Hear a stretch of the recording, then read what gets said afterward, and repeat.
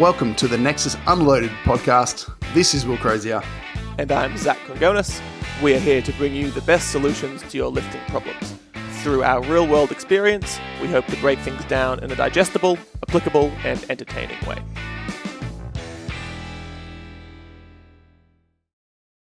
Alex, see, that's the job.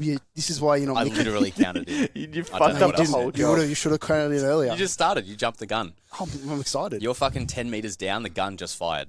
You're 10 meters down. And I've got an advantage. I've got an advantage unless I get called back. But fuck the refs. You know, Fuck them. there's no start in the wild. I'm already ahead of you guys. No You guys are getting caught by the lion. No one's waiting for the gunshot in the wild. Nah, they're off. Yeah, you're being caught by the bear, and I'm just running on happy Shit days. Not the start I expected. It's going to get so much worse. Obviously, we are joined by Alex again. Hello. He is the voice behind the camera, the one meant to be bringing order to the chaos. That's the official job title. I don't know if. No, I think I added. This makes it worse. Yeah. Mickey's still up in Townsville. She's got another week and a bit there, sorting out the new gym. So the new equipment and everything goes in this week. So there's a huge amount going down at the gym. I know there's already been a ton of changes in the systems and like kind of the back end operations of it, which you need that. You need the base for the real stuff to be seen. So yeah, she's up there sorting all that out. So if anybody knows, if anybody's in Townsville, fucking, what are you waiting for? You should have already joined up. But if you know anyone in Townsville, you might, send them our way as well. But Zach, I understand you have some really important, news to bring forward. Alrighty, so the first one is actually a knock-knock joke, and then I'll get into the actual. Good news. Yeah, I'm glad I said news. I'm glad. Yeah. Made it sound important. All right, hold up. This is going to be just forewarning if you're in a car. This is not going to be a good joke for you. Okay, Will. knock. Who's there?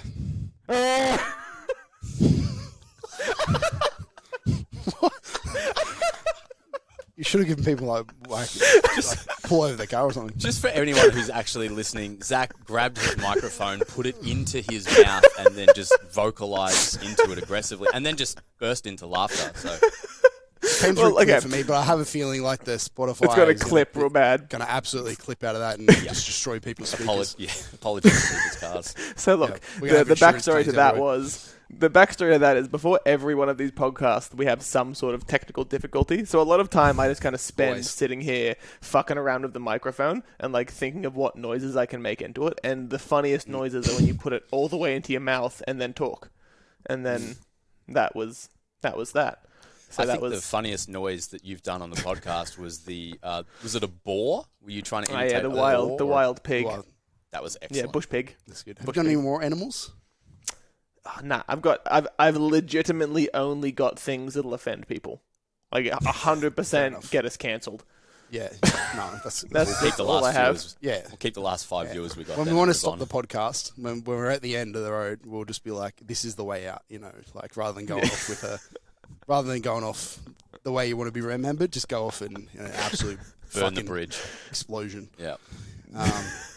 Mickey actually in Townsville, her sister lives in Cairns with her husband, and her sister is into bird watching, and that's quite sick. a hobby. Mm-hmm. And righto. No, well, birds are fucking cool. Every morning, me and Jack go to the local duck pond and watch ducks for about 40 minutes. That's how I start Jack my just day. wants to fucking kill them. It's very he would. He's like staring at him. He won't move. Very it different takes from like his a couple of good tugs to pull him away. He's just fucking like birds. all over it. Birds.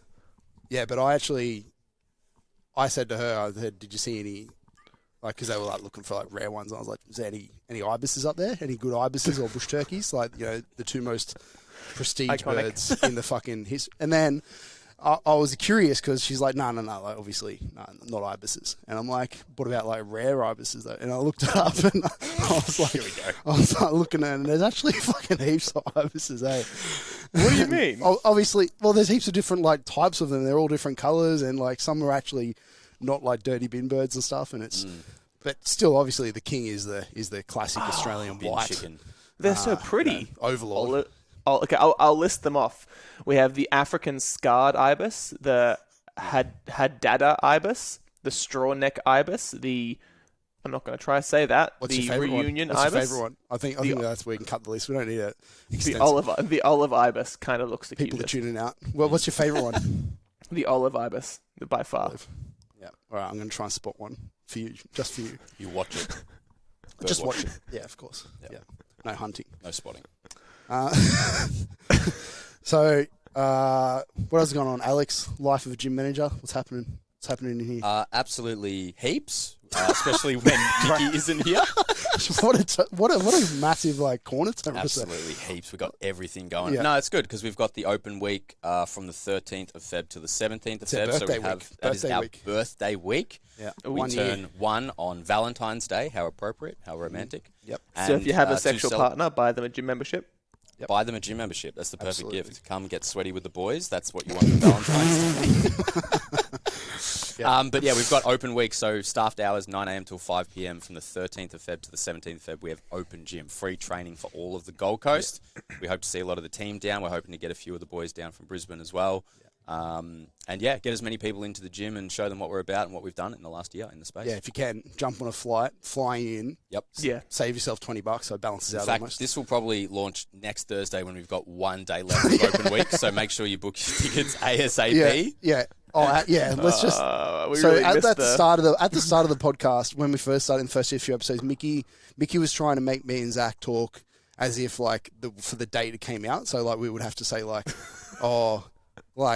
we've done this, and then but it went well. It was exactly. And then me and Zach just got so confused, and we're just like, "Fuck this!" So let me rephrase that. Thank you everyone for coming to the open week. It was really good, big success. We signed up 100 people. Yep. I don't even have to work anymore. I can just work from home and just sit around. Easy done. Yeah, just let people in. Bouncer, bouncer. You're kicking people out. There's so many in. Yeah, we're fighting them off with a stick. Great gym etiquette. For me, I am just under 6 weeks out from Pro Raw. So into those weeks where you start somewhere between 4 and 6 weeks, I find is the beauty spot of when you go fuck this, I am over this shit. the beauty spot. Can't wait for prep to be finished. It's always falls between 4 and 6 weeks out because that's when fatigue's pretty high. You're kind of a bit beat up. You still get the excitement of hitting the lifts, but it's starting to hurt a little bit and starting to toll. But this prep's been really very unique for me because deadlifts I kept up for the most part, but squats and bench I really didn't do fuck all of from the really early 2021 when I did that comp with Big Jack. And so squats and bench, usually it's 6 weeks out. When I'm talking to clients, by that point, I really hope they've got their lifts down by that point. I'm okay, cool. We should really be honing things in right now. It's all about fatigue management, all that good stuff. But me, this is, like I said, a bit unique, and I feel like I'm just kind of getting the hang of squatting right now. I'm I went in there last night. I'm fuck, it feels a little bit better than last week. Not taking too big a jumps than what I would usually expect. Rather than managing fatigue, I feel like I'm just figuring shit out. So coming in clutch last minute, just trying to do a Zach and slide under the garage door, and I'll probably do the same thing and fucking just absolutely demolish myself. It probably won't work out. Yeah, but you'll look cool. Garage. You'll look cool while you're doing it, and that's what's important. Yeah, exactly. Which is the lesson you learnt. So. I learnt no lesson. I'd do it again if the chance came up. I regret nothing. He just remembered when you said it. It came to him. I saw the light bulb appear above his head. He's like, "Oh yeah, I did." I didn't even remember until I said it. It's just this is a shit that just comes. So many things just fall by the wayside. And so I feel like I'm in a good spot, but squatted 320 for 2 last night. The second one I kind of that's the big thing for my squats, my upper back. Just getting it worked out how to get tight through that is kind of the weakest link at the moment. So I find that thankfully the first one is quite good, and then I kind of progressively get shitter from there throughout a set, just because I'm not quite worked up my upper back and kind of clicking with it as well as I used to. So thankfully in powerlifting, you do 1 rep, right? So like, fuck, the whole thing. Thank God, just do just jam in for the first one and then hope for the best. Bench is, again, I feel like absolutely just winging it each week, but I should end up in that 200 plus mark, a respectable bench, and the deadlift, because I kept it up the most, definitely not like proper volume, but like I kept it up the most out of the lifts between this time. It's gone pretty good. Given that the deadlift has gone the best for you and the most consistent, what are you hoping for on the deadlift? I still don't think like a PB is probably a realistic thing to expect. I doubt I'm going higher than 387. It's just like, if I'm brutally honest, like I have absolutely no. If I pull a PB, it's a bad lesson to the rest of the world, because like I have not worked as hard as what I should. There's certainly much more boxes I should have been ticking. You know what I mean? But it has given me the thing of like, if I can hit essentially minimum effective dose and kind of get within where, like, pretty close. And I know there's so many more things for me to do. I know there's so many more, like, it's given me a good mental little boost towards it, and going like, hang on, I can still, like, I can fuck shit up, you know? So I got to, like, actually do an off season, like, bring up some really low hanging fruits, and get in even, you know, a bit more work in the next prep. So it actually on paper is progressive in nature. And yeah, I think I could actually put up the numbers that I really want to hit. 400 is still the overall, like, end goal. Like, if I can hit 400 squat, 400 deadlift, same comp at 110, that's It's disgusting. Don't even care about bench, but I'll, bench 200, so just to make up that 1,000. But it's just the token in there. But yeah, that's still the end goal. But for this prep, yeah, I'm not expecting PBs, but hopefully I can still bring home the W and have a cool trophy to show for it. Add it to the collection. That's it. Yeah. I'm I trying still to take up think as much gym space as I can. We actually had a suggestion from Polkov. This is good. He's like, if Wilbo wins the next Pro Raw, we should melt down all the existing Pro Raw trophies and make a seat like the Iron Throne from Game of Thrones. Yeah. Because it's already pointy and kind of jagged. It looks pretty cool, and you can just sit on that like a boss. It's not comfortable, but it's your seat. Not at all. Yeah, but it's I mean, there's probably enough metal to make like a real fucked up stool. I don't know if you get a throne into it. the trophies are pretty big, but you see that in TV shows very often. The stool. Yeah, the throne is just I like reckon a that'd just shitty make it bar better. stool. I reckon that'd be way better. So I reckon each trophy you'd get like a sizable leg out of. To be honest, like once you melt it down, you get like at least like a thickness of a leg. So you get 3 of those, and then like a little piece of wood on top, and that can be the Pro Raw stool. The seat could just be like the face, the Arnie, the Terminator. We could just leave that on the top, and he could sit on. Yep. I think with all Marcos the just needs to make jagged bigger points. trophies. You know? Yeah, I think that's the problem. Yeah, they way need to be too small. larger. So you know when you know when you go, you bring a surfboard to the airport, and you have to put it through the special thing. That's where the trophies should be big enough to go. I want to be called into like an interrogation office over it at the airport. Like I wanted to be flying home from Melbourne. They'd be like, "Sir, what is this weapon? Is this a weapon?" Yeah. Yeah. What are you It's already. to do? You fucking felt the spikes on it. Like, I feel them every time could I clean absolutely- that Viking press. Yeah, you could knock. She's sharp. You could do damage with that for sure. Yep. You know, I'm not saying that I will, authorities, but I could. All right. Moving on. Do we? Yeah, we happy with that? We're good. We're good. Nothing else to bring to the table, Zach? Yeah. I mean, I got one new thing. Okay. I bought. Yeah. I've been getting massive amounts of foot and ankle issues from trying to dunk in Vivos. And I went to Foot Locker after I tried to do a session and my foot essentially imploded. And I went to the bloke, hey, what's the cheapest pair of basketball shoes you can give me? Because I don't want to spend a lot of money. I'm just doing it for a competition. I got an $80 pair of bright pink Pumas because no one else wanted them. Yeah, he was like, look, man, these have been sitting in the back for a while. They're marked down from 200, but they're just the ugliest things to ever exist. What makes it like a basketball shoe? Like is it? They're more like ankle support or something? A really stiff sole, and they're just fucking thick. Like it feels like I could jump out of a 4-story window and just land on them and be fine. Yeah. That's about it. Makes you a cat. Yeah. It does. It makes you agile, and they're super grippy. So it's just me running around in my discount Pumas, still like 4 inches off the ring, which makes it so much worse. It's essentially like like the powerlifting equivalent is like getting your squat's not great, so you're just getting the most, over the top fucking equipped suit that you can just to try and make up the difference. Pretty much. That's what your basketball shoes are. I essentially bought a headband. Nice. Like you just cracked the 450 mark. You bought a headband to keep your greasy long hair out of your eyes, and then you've added 2 kilos to the total. I was like, oh fuck, I'll put these shoes on and I'll be there. That's it. Dunk it in no time. It did not happen. I think I actually jumped lower the first time. Yeah. You got the whole year though. Like I'm giving you the whole year. Like I don't think there was an explicit timeline on it, but I'm giving you the whole year to work it out. Once I get it, I just think my life will be empty. Yeah, then you come back to powerlifting, dominate, win nationals again, whilst being able to dunk. Sure. I'll only do competitions that have basketball rings in them. So they do them at like the auditorium, so I can hit the squat and then dunk afterwards and be like, "Fuck you all." Intimidation. But then the squat's only like 210, so it doesn't really. So it's you do it in the pink shoes too. Good. But, elite. We could keep going down that road, but we'll move on. We'll actually get to some useful information. We'll veer left. This podcast is definitely educational. That's what we aim to do. Yes. As you can tell by I don't even know what the timer is, but like we are 16 minutes deep. 16 minutes deep and said nothing. I don't want to even call it padding because it's well worth being in there. It's not. We're not padding. We might just timestamp that one. But podcast starts for 16 minutes. It's like a crotch stuffer. This is where people turn off. This is what they want to hear. But we do some educational stuff sometimes.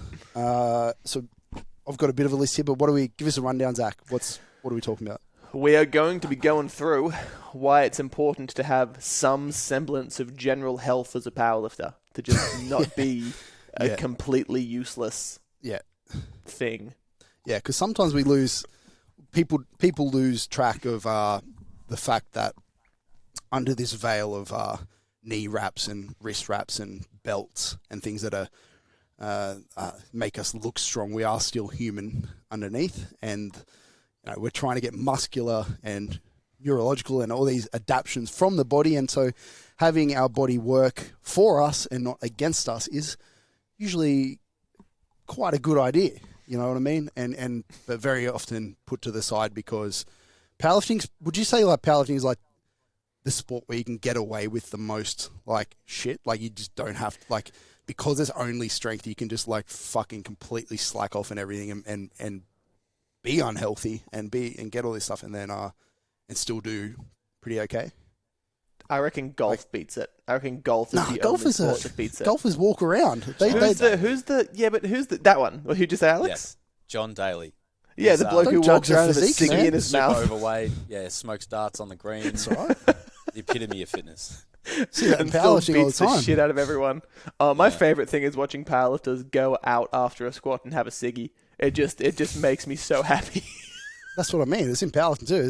You can't say that's bad. What are you going to do in a 10-minute rest break? Smoko. You got to have a smoke. At least the golfers are walking. You know what I mean? I mean, they move around. They get their steps But if in. you get the cart, like you just pay someone else to do it. I guess I want to drive you. Yeah. Cart and a caddy. Yeah. Cart and caddy. You're doing nothing at that point. It's just beers. Just swinging and drinking. Just piss. Yeah. I mean, I think that powerlifters are definitely like that. I know that when I first got in, it was a lot more like that. I think it's changed a lot over the last couple of years, but when I first started lifting, it was very rare that there was a session where somebody didn't have a beer whilst training. And that may have been where I was training, but alcohol and lifting were synonymous. Now you don't even see somebody drink at all during a session. It's an absolute travesty. Yeah. Yeah. No more shots between deadlifts. They were honestly the best deadlifting sessions that I've ever done. I do not condone it, but there's something fun about pounding a Corona and then feeling like you're going to vomit after doing a really substandard deadlift. Man, we were talking about pre-workout last week. Like, I can hardly drink a pre-workout and not shit myself, let alone fucking slam a Corona. I feel like an appropriate story comes to mind from Honza that you told me about. I tried to force it out of him the other week, but he's got a good one. He wouldn't budge. He wouldn't tell you. He told me, but more apprehensively, like he didn't give it up like you did. You know what I mean? It was. I can tell it's good. It's I love relevant it. here. I'm all for it. Very relevant here. Yeah, you would have seen this because you're obviously at Zach was at the nationals. He won nationals. Yeah, boy. Zach's like, was I there? I owned that shit. But Honza, one of the gym members here, known him for a very long time. But this is back when this gym didn't exist, and we were both at zero. And we went to compete at nationals in Adelaide. He was in the 125s at that point, and I remember he went to weigh in, came in a little bit light. Usually people are cutting weight to make a weight class, not trying to absolutely do everything they can to get in the one up. Not usually something you see, but rather than go and get I don't know, what would your first thing you think you would do? Go get a bag of chips or something. I don't know, just maybe just scull some water. You just drink something. Yeah. Whatever. Yeah, that's probably the right idea. But he goes to the bar, gets a litre jug of beer, and just slams the whole thing, and comes in weight class though. I don't know how his comp went. I don't ask because that's all that I need to know. Yeah. But that's fucking awesome. Yeah. Nah. I could hardly deal with a litre of beer in any situation. Oh, God, no. Let alone before a comp. He is Czech in background, so he's probably that's in the blood. Yeah. What? Just nothing pure alcohol. Yes. Yeah. Drop in the ocean. That's it. How the fuck did we get there? Yeah, I don't know, but it kind of really doesn't relate to what we were saying at all. In fact, quite the opposite. But what not to do? Look, the easiest way to attack this, I think, because we're essentially saying in powerlifting, you don't want to be unhealthy, you don't want to be unfit to a ridiculous degree, you don't want to do all this stuff. It is going to impact performance, even if it doesn't directly today affect performance. If I'm super unfit and I go to do some squat sets today, it might take me a bit longer, between sessions. Might take a longer between sessions, me and my next session to recover from it and stuff. But I'm not going to see potentially a detriment to the weight that I can put on that bar and squat today. It's going to be a long-term negative effect, and same with the health stuff. But I thought the easiest way to go about this would be to talk down about some of the common reasons why powerlifters exit the sport, or some of the really big issues that maybe a different way to frame it would be the things that stop powerlifters from making progress most commonly, and how these can indirectly apply to them. Because it does. You go and look at all these powerlifters on the at a high level comp and stuff, and you're not going to say everybody's blood pressure here is spot on, perfect. They walk around perfect fucking frames of health, and it's clearly not affecting them because we're at the best of the best competition here. But yeah, like I said, long term. So let's talk about how some of these things can negatively affect us in a way that makes sense to people. So first one that I was going to talk about is a general sympathetic tone or general stress on the body, and the way that most people, a lot of people would see this, there's the multiple ways if you have a good keen eye, but it would be just tension, tightness, just constantly tight, or your muscles don't relax essentially, and you lose range of motion, which in turn leads to more problems in terms of maybe joint inflammation or overuse stuff, lack of range of motion. I think going to impact your lifts to some degree. Impact your efficiency in there, and just a whole host of problems down the line as it spreads or as it happens. So, a lot of people will say I need more range, I need to stretch more, or I need to lift through a bigger range of motion, and all that's really good. We've done podcasts on it, the stuff that we found helpful. But if your body is just in a constant state of stress, it's literally your poor heart's fucking 100 resting heart rate, blood pressure's 150 over 100, you're doing it hard. Do you really think that your body is going to go oh man, yeah, you know what, fuck that stuff for the moment. I'm really going to put in my maximal effort into growing tissue for you and ridding this inflammation and all these things that lead to getting strong. It's fucking, probably not in the medical science, but it's the way I explain it is preoccupied. It's there's shit going on. Oh man, sorry bro, I've got this shit deal with before I get to making a squat go up or adapting to the stimulus that you're putting on me. So there is definitely an indirect kind of effect on your performance from these negative health stuff. So there's ways we can measure that. So like some of the markers, we have a bit of a list here, but like off the top of my head, the easiest ones to measure like blood pressure. We have a blood pressure cuff in the gym. It's in the globe over there. No better way to put it. But we have it in there. So like people that come in here, we're going to take it. It's one of the ones that has no symptoms. So like it's something that's just less known. But like we're looking at improving that. We're looking at improving fasted blood glucose. Obviously, I'm all over that with the diabetic side of things. Then just general blood tests, so liver, kidney enzymes, red blood cell counts, liver and kidney stresses, markers in there as well.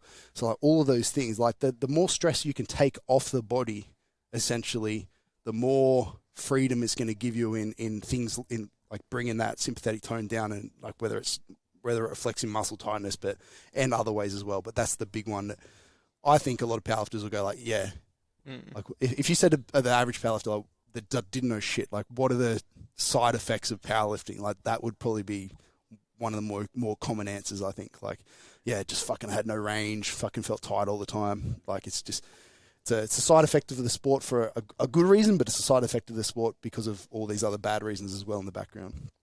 A big thing to jump in there as well and say is when you have that very high amount of systemic stress coming through, your sessions are high stress, and then you're so unfit that the things that normally help down-regulate the stress now become stresses as well. If you're just such an inadequate human in the ability to just do general things, walking up a staircase is now a stress. Taking one deep breath to tie your shoes is Fucking now sleeping. a stress. Sleeping is now a stress because your soft palate is trying to slip down the rest of your throat the entire time.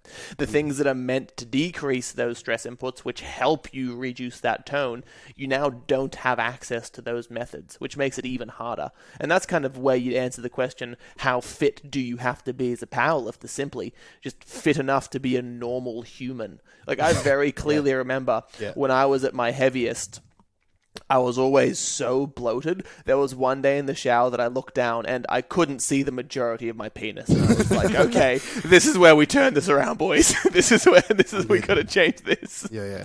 Good times.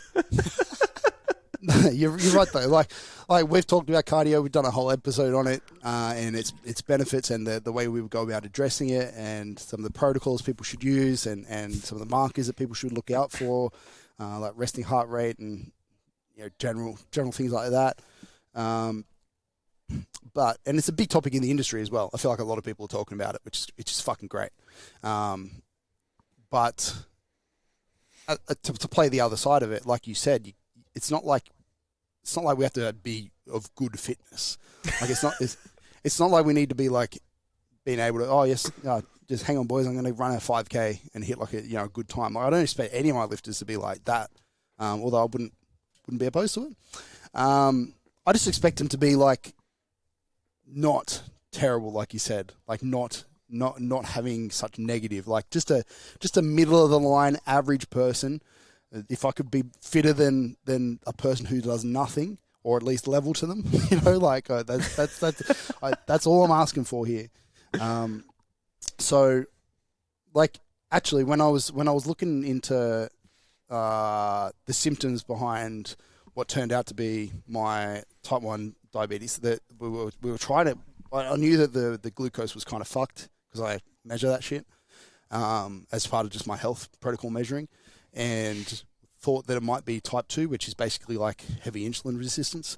And so we went down the food route to try and sort that out. We went down the fitness route to try and sort that as well. And I hit up one of the kind of leaders in the industry, Mike T. Nelson, about helping me out with it, because he's like literally PhD, like that's his fucking jam, his insulin resistance. And he made me do like a baseline fitness test on a Concept 2 rower. So I went to the Worlds just down the road, paid my casual, just literally for a 10-minute fucking rower session, and jumped on. And because it has like a Concept 2, they have like a history of it has like a database of like everyone that's done it and where you sit relatively to everyone. So obviously most people's goal is to get to the top end of the graph and beat most people. Whereas my goal was to like be in the top 50%, you know, not be the bottom. I just want to be the middle of the bell curve, you know. That's what, because I know I'm not fit. I'm not like gonna go and play a game of footy or whatever. But like, yeah, the goal was for it to not be super bad, so that it was impacting my insulin resistance and impacting my performance. So, still could definitely be better, but yeah, I did that test and I was like in the right half, and I was like, yes, all over it. I guess it's like, how much do you want to pursue? Like, how much is it relative to your goals? It's like, if you're talking top-end strength and powerlifting, you probably argue there's a degree of fitness you need to have in order to at least just handle the workload that you need to get there.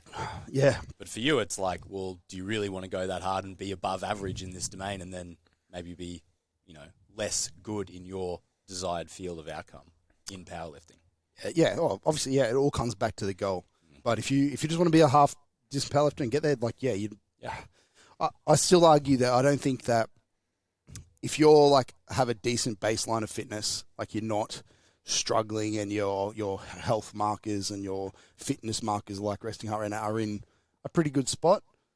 Like, I don't know how much getting a 10% fitter or whatever is really going to be like a massive thing for you. It's like it's not your low-hanging fruit. There's probably other things to attack, you know. So I'm sure it's definitely not going to have a negative consequence and maybe allow for more work capacity over time, and then that work capacity could lead to getting more work done and then making you stronger down the line again. But if your health marker is under control, if your fitness is of a half decent baseline that you can get through a fucking session without dying, then I don't know. I think personally, it's if it's a lot of effort to get it done to keep going up, like. Maybe don't bother. Like, just focus on not letting you go backwards. Like the easiest thing that I'd say to demonstrate that would be the indirect benefits to performance that you get from going from being essentially geriatric to baseline medium is going to be gigantic.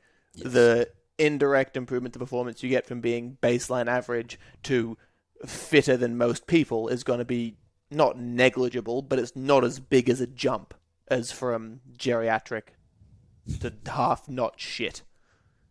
There's grades to that change.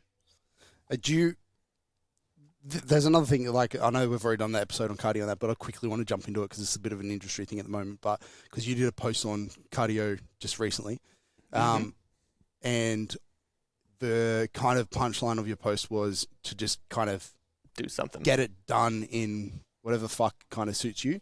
Because the whole idea, and our podcast on this topic kind of talked about it as well, is like ideally you kind of build a baseline of fitness. Like you want to get to back to average if you're below that standard by doing like some low intensity stuff that isn't like, because like you said, it shouldn't be stressful on the system, but at some point it just fucking is. Like, it's like going for a walk is difficult for some people, and that's like hard. Whereas like for most people it shouldn't be.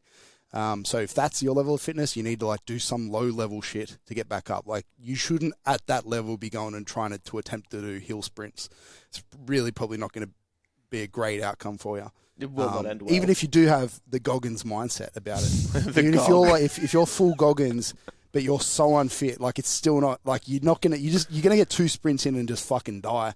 You know what I mean? So like, it's just not, build up a little bit of a base to that point. But I agree with you beyond that. It's kind of like just like lifting, and we've discussed it before in that, like, rather than the majority of, not the majority, that's bad, but like, you know, some of the people in the industry that thinks like, this is like the realm of like perfect and optimal, and this is what we should do, and everything else kind of like is worse. I kind of have the frame of mind these days that like, these are the really dumb things, don't do them, and the rest of it kind of works, or we can make it work by kind of shifting things around, and yeah, we can, and if you enjoy it, fuck it, we'll do it. Yeah. As long as it's not fully outside of the, you know, like, crazy. For the most part, close enough is good enough. Yeah. Like the majority of stuff that you see in regards to cardio, it's like, oh, you got to work in these different zones within these different capacities for these specific time frames. The way I set up my cardio is I'll do at least 2 sessions a week, and whatever of those sessions I feel the best, I just yeet and skeet it. Like, after the session I did yesterday, I was sitting on the floor, like, close to vomiting, just because I was aware that the next time I do this session, I'm not going to push as hard because it felt awful. then you got to wait like a week or two till you forget about how awful it was and you do it again. For somebody who's really fit, that does not work. You can't just go in and yeet. No, that was on the concept bike just because it's easier. The sprints, my technique is still so poor that I couldn't really get my heart rate high enough. Sprints don't need to be like, I'm not talking on a track, like you don't have to. Oh. I mean like sprints on a bike or something. Oh no, I legitimately like just bike. plonked down there and tried to get my heart rate as high as I could and hold it till I felt like I was about to die. Oh, yeah. That was essentially the brief. That sounds great. Don't program cardio for me, please. Yeah. Well, like you kind of know those sessions where you find the groove and you're like, alrighty, just got to go hard on this and not do it again for a month. Channel the Goggins. Channel the Gog. Just see where the limit is. Just see where the limit is. Well, how far can I push? It's certainly not ideal. Like if you were 3 weeks out from a comp, certainly not the thing that you'd be doing, I hope. No, God no.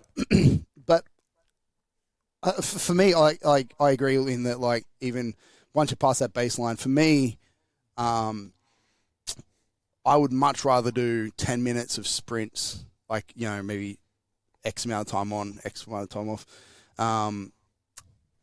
then do 40, 50, 60 minutes of, like, slow, steady state. Even though you could argue the benefits or the pros, the cons, it's just, like, which one am I going to do? Just do a 60-minute sprint. Same thing. 60 minutes. Stay hard. Stay hard. That is staying hard. That is. I was thinking how we said that there wasn't really like a baseline test besides the Concept 2 stuff or like using the baselines, but I found these health metrics. So I figured it out. The way that you can tell if you're fit enough. So get the oldest living relative in your family. Go to a local freeway and just start walking. That relative should die before you. If you die before the relative, you're not fit enough to be a powerlifter. But if you can outwalk the oldest living person in your family, you're fine. Why is it on freeway? Because it's just normally straight. Okay. I didn't think of it. Go to a walking track. Then kids have to watch your fucking nana bite the shit. Yeah, but you're talking on a freeway where there's like traffic. Like, I'm pretty sure the traffic's going to fuck you up before the walking lane. does. That's what I was thinking. I'm like, does you just got to outrun the car? Is that what you're saying? Because that's not happening. Jesus.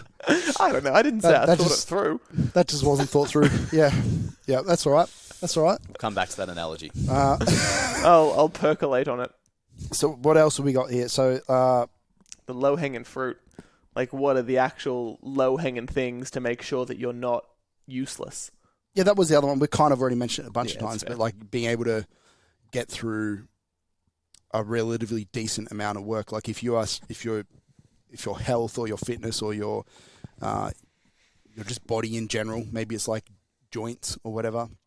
If these things are holding you back so that you literally just can't do more than 2 sets of squats or 3 sets of bench in a session without either just not being able to get any more done or your performance tanking or like taking so much recovery that the next session is impacted and your total weekly workload is severely limited, then that's gonna impact your performance, right? So like it might not seem like it, and like I said before, it's not something that's like, oh, today I can still load this big amount on the way in the bar and get through the sets.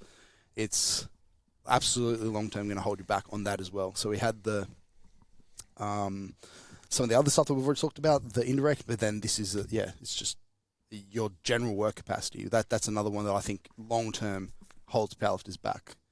Like if I think about the reason why some of my guys who've been, or maybe not my guys, that's terrible. So letting them slip. But some of the reasons why if I see in the powerlifting community people that kind of grind to a halt after a while, it's that as well. It's like they used to be able to do a huge amount of work. Now they can't even do a very small amount of work, which might just because, hopefully that's just because they've gotten way stronger. And we know that there's an inherent like fatigue offset with the amount of work. But for some people, it's just literally like they just let everything but strength completely tank. They have no general preparedness, and it's just they're only good at like singles now. And that's it. That's all they can do. Singles and lots of rest. Yeah. Singles and sitting. It's a new shirt. The general, this is I think, I don't know, we didn't mention on the podcast, but I think I mentioned it to you guys outside of it, and that I've had a lot of conversations with people in prep, obviously, at the moment, coming into Pro Roll, but especially like younger people coming into prep, and that they think that like now, like 6 weeks out, whether it's pro raw or a different one, like this kind of time frame, like these are the hard yards. This is the shit they're like, oh, you know, buckling down, going hard, putting my work in, you know, putting in my effort. This is the time when it's Grind difficult. mindset. But for me, this is the reward. Like, this is the fun time. Like, this is the time when I'm like, I get to do like singles, doubles, triples, really heavy. I don't really count that as like super hard. I think that the hard work is the more general stuff for most powerlifters that don't enjoy it. You know what I mean? Like, I can tell if somebody's going to be a long-term, like, top of the pile powerlifter by how they do their other work. Because, like, kind of like if they're tanking on their SBD, then I'm kind of like, well, you've chosen the wrong sport. Like, why are you here? But if they, you know, it's how they perform the shit that they don't want to do. Their whatever it is, like safety bar squats or their split squats or their machine work or whatever, like that stuff. How much effort they put into that, and if they actually get that stuff done, is what I would call like the hard work. And I can that's how I can tell if somebody's actually going to be around for a long term and keep progressing. For sure. The reward is doing the heavy fun thing. Like, if you're walking in there and you hate doing heavy singles, then it's, as you said, it's probably the wrong sport. You don't walk in and go, oh, I've got a 95% single today. It's going to be a bad session. If you're saying that, I don't know, go do golf and you can have ciggies with John Goodwin, whatever his fucking name is. I don't know. But yeah, the hard work is the stuff that you don't want to do. And if you can put forward the right amount of effort when approaching that, you'll see the benefits raise in the main work. But I don't know, it's a wanky side note to say enjoy your heavy singles, because one day you're going to lift something that's going to be the heaviest thing you're ever going to lift, and then you'll dwindle and die like the rest of us. And the way it relates back to our conversation here is that, like, finding your low-hanging fruit. So, like, if you are really unfit, if you don't eat your veggies, if you, like, have never eaten a veggie in your life because you don't like it or whatever. Yeah, but the wheelchair's so hard to get through. If you... I don't know, like many of these things, like it's just moving day to day, like actually just getting off your chair if you're a chair worker and just moving about. Like, it might not seem like the hard work and the Instagram worthy, fucking quote worthy stuff that you want to put up. It's the glue though; it keeps all the shit together. But that is the hard shit. Yeah. Like, what's the first thing that you're gonna skip? Like, that's the hard. Like, so if you can do that, guess what? The fun stuff becomes easy, you know. So really indirect, but absolutely big carryover there. What else have we got to say on that? We good? I think we're good. I can't think of anything else. No more to say there. I think. Yep, I think I'm happy. I'm looking at my list. I'm pretty happy with that.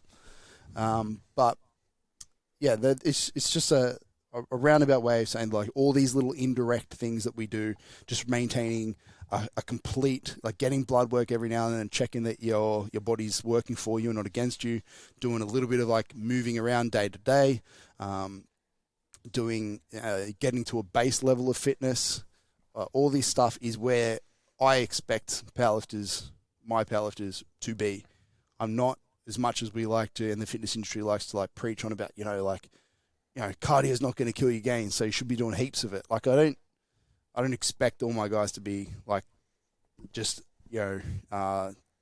constantly working and grinding out and aiming to be top of the top. But, like, you can use the adjective gogging, constantly gogging. But just enough. Just enough. It will save you from, like, many failed squats and many failed bench presses in the longer term anyway. And all-cause mortality. And that too. Yes. That's a big Hopefully one. Not dying early. So we've got a slogan that comes out of that to round it out. Don't dog it, gog it. Righto. There you go. If you have any more inputs on that, hopefully somebody can write in, give us an extra. Yeah. Don't gog it. Dog it. No, I fucked it. I fucked it up. You fucked it already. Game over. All right, let's leave it there. Oh, God. Mickey's going to have a hard time roping this back when she gets home. Red hot. Red hot. You boys. Beat ya. Thank you for listening to Nexus Unloaded. Be sure to jump on our website to find details on everything mentioned on today's podcast, plus information on our coaching, mentoring, and gym services. Make sure to follow us on Instagram at NexusPerformance.Aus for any updates on what we are currently doing. See you all in the next episode.